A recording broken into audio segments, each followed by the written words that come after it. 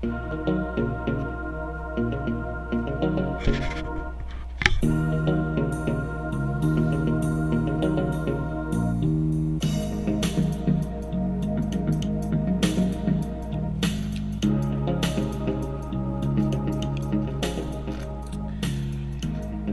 folks, and welcome to another edition of the Dr. Mark Foster Show. Today is May 12th, 2013.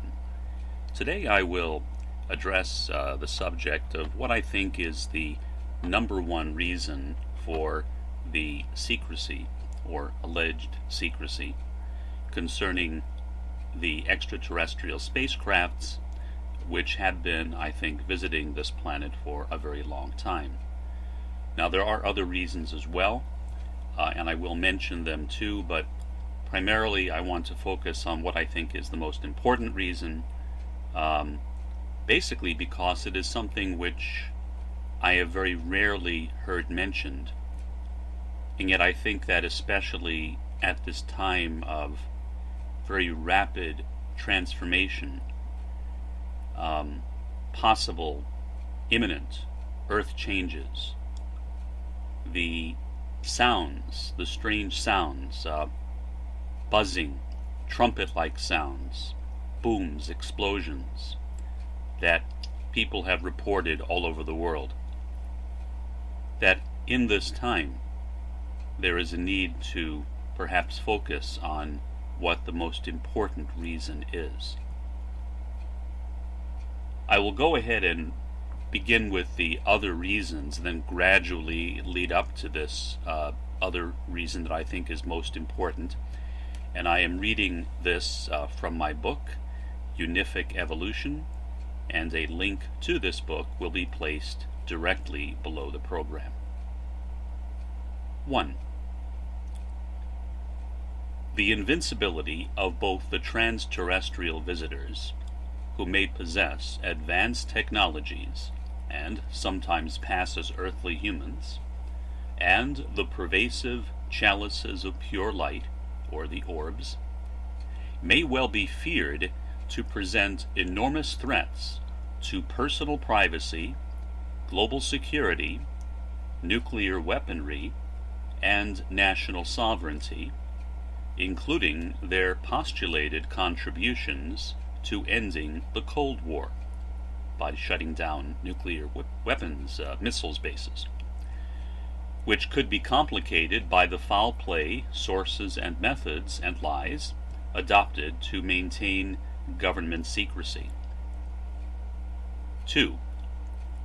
Significantly, admitting weakness or vulnerability is never politically expedient, and panic might ensue if individuals occupying positions of responsibility were forced to acknowledge a long-term and largely unsuccessful military containment campaign against trans-terrestrials, the numerous intelligent species possibly present on the planet at the present time, an inability to yield to public pressure in hindering trans-terrestrial activities, and a failure by public officials, as with most people, to understand the full implications of trans-terrestrial or extraplanetary visitation. 3. Likewise, if spacecraft, and I do say if spacecraft, ancient artifacts, direct neural interfaces, and so forth, have been successfully reverse engineered or imitated, various governments and various pigeonholed bureaucracies in the military-industrial complex, such as the U.S. Department of Defense, whether public or private, might wish to maintain their monopolies over certain proprietary technologies and possibly to protect the vested interests of any number of powerful corporations. 4. Of comparable importance, even if exaggerated by some ufologists and other government sources, certain high-level bureaucrats may be concerned over the social, political, economic, and religious consequences of debunking powerfully dominant religious and scientific paradigms or models, which are grounded in bureaucratic rationality and traditional authority or legitimate power, or over trans-terrestrial visitation being perceived as an alien or even a demonic invasion. And I would note there the fear which erupted back when the H.G. Wells War of the Worlds program was played on the radio. 5. In addition, bureaucracies generally favor rationality, order, and consistency. Many busy public officials simply do not want to be harassed over the unresolved issue of trans-terrestrial visitation. These individuals are, for all intents and purposes, as clueless about the phenomena as anyone else. If suddenly they were bombarded day in and day out with detailed questions, their ability to perform their jobs efficiently would be seriously compromised. 6.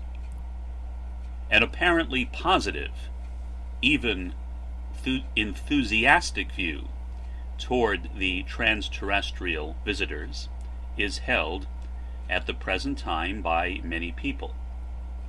These individuals may be shocked and angered to learn that certain governments have repeatedly fired at the very beings who have repeatedly prevented us from annihilating ourselves, and many members of animal species along with us, using weapons of mass destruction. If we identify ourselves as cosmic citizens, governments may fear losing control. 7. Furthermore, following the logic of Julius Robert Oppenheimer, Ph.D., who developed the atomic bomb, many people could become alarmed with the knowledge that the ancient, possibly interplanetary, pyramid-building civilization might have annihilated itself using similar nuclear or other weapons of mass destruction to the ones found in the world today. And here is number 8, and what I now think may be the most important reason of all of them. Similarly, and perhaps principally, certain trans-terrestrial species might have, using various means, cautioned governments, and through emancipation by angels, in other words, so-called contactee experiences or alien abductions, and interpersonal engagement, warned emancipees or contactees concerning certain natural or humanly engineered disasters. If these global catastrophes are impending, and at least partially unavoidable, then high-ranking politicians and bureaucrats might legitimately fear the consequences of provoking widespread panic and chaos. Therefore, the major reason for secrecy concerning trans-terrestrial spacecraft may be one which is rarely mentioned. Why are they here? Dramatic Earth changes could be right around the corner, and we have been notified.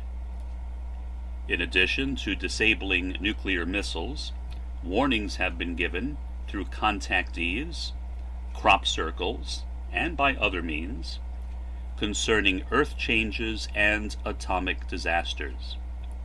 Meanwhile, governments have been digging themselves underground. In the United States, This activity is known by the euphemism continuity of government. As I see it, the question of extraterrestrial visitation is inseparable from the issue of catastrophic planetary changes.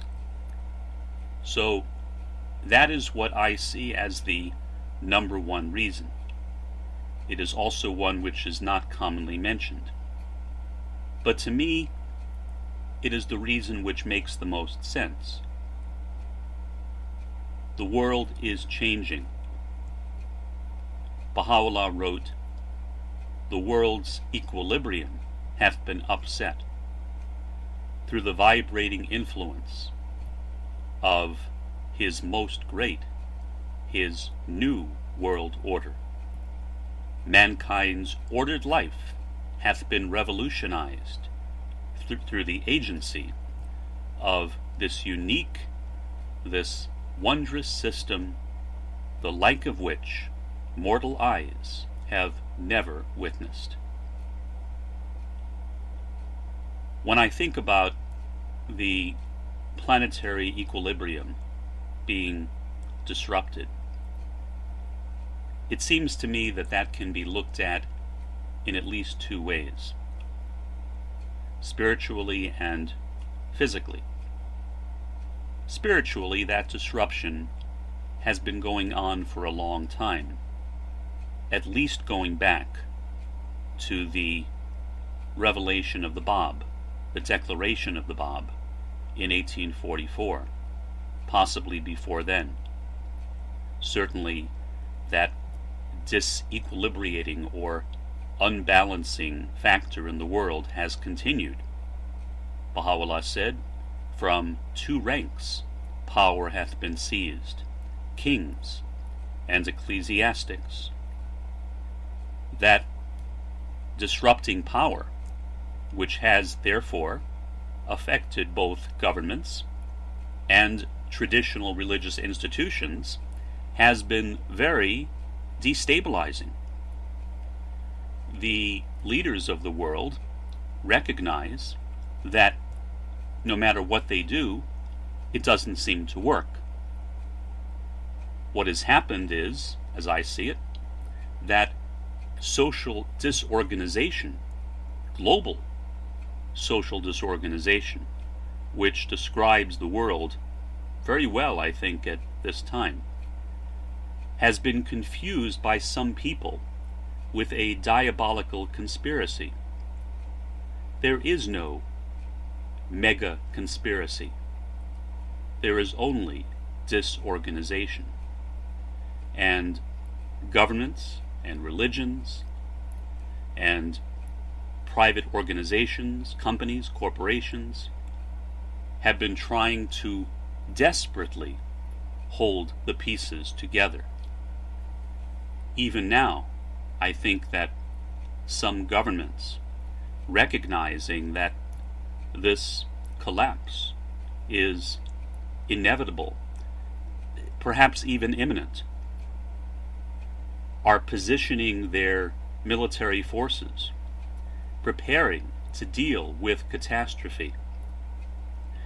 The fear that many people in the United States in particular, but not restricted to the United States, seem to have over the government declaring martial law is valid, I think, but misunderstood. Martial law is not going to be declared because of some so-called false flag activity. That's pure paranoia. Martial law is not going to be declared to take away people's guns. That's pure nonsense. In any event, even if governments like the United States try to do that in the United States, that would be entirely impractical. People who run governments, people who work in politics, are not stupid, generally speaking. They know this. So that's not the reason. The reason why martial law may be declared, and what people have allegedly seen. People have reported, for example, seeing coffins built, or there's one story I heard today which may be entirely nonsense, but I'll mention it because it's relevant. Somebody opened up the back of a truck, a military truck, and they saw signs in the truck saying martial law has been declared in this area. Well, that may or may not be valid, but regardless, people who work in government know this. They are aware that the direction that the world is going in right now is very, very dangerous. Not only politically, but geographically, geologically. Climate change has totally disrupted the planet. Transterrestrial or extraterrestrial beings have been warning us for decades. They have allegedly been shutting down nuclear missile bases through contactees, or as I prefer, emancipees. They have been warning people of possible nuclear holocaust, environmental devastation. So people who work in governments know this. That is, I think, why there is that concern about public knowledge of transterrestrial beings. The primary reason. Because, in other words, it is impossible to separate a realistic discussion of transterrestrials from the question, why are they here? Why are they here in such numbers? Why have they been here, especially since the bombing of Hiroshima and Nagasaki at the end of World War II? And so I think it's pretty clear, at least to me, that the mission of these dear, wonderful beings has been to warn us as the angels of the Lord. From my perspective, the angels of Baha'u'llah, the angels of the Lord of Hosts, so that we make the right decisions, so that we are spiritually prepared for when the time comes. Some people perhaps being prepared for certain particular missions. I don't know exactly what the dynamics are. Possibly with implants. I don't know that. That's all speculative. Regardless, some people are being prepared, but I think we are all being prepared. We are all contactees, at least potentially. We have the ability to have contact with souls not only throughout the universe, but in the world to come as well. So the reason why I am recording this program right now is because I think that time is relatively short. How short? I don't know. God forbid, I'm not a prophet. I'm not a seer of any sort. I have no, as the saying goes, I have no crystal ball. I can't see the future. I don't know what's going to happen, or exactly when it's going to happen, or indeed, if something does happen, how long it will last. All of those things are in God's own knowledge which He has given to His prophets and His chosen ones. But thankfully, I am not one of those. But I think as somebody who has been interested in this subject, who has meditated on it quite a bit, who has tried to cultivate a spiritual relationship, as insignificant as my abilities may be, with other souls, as an autistic man,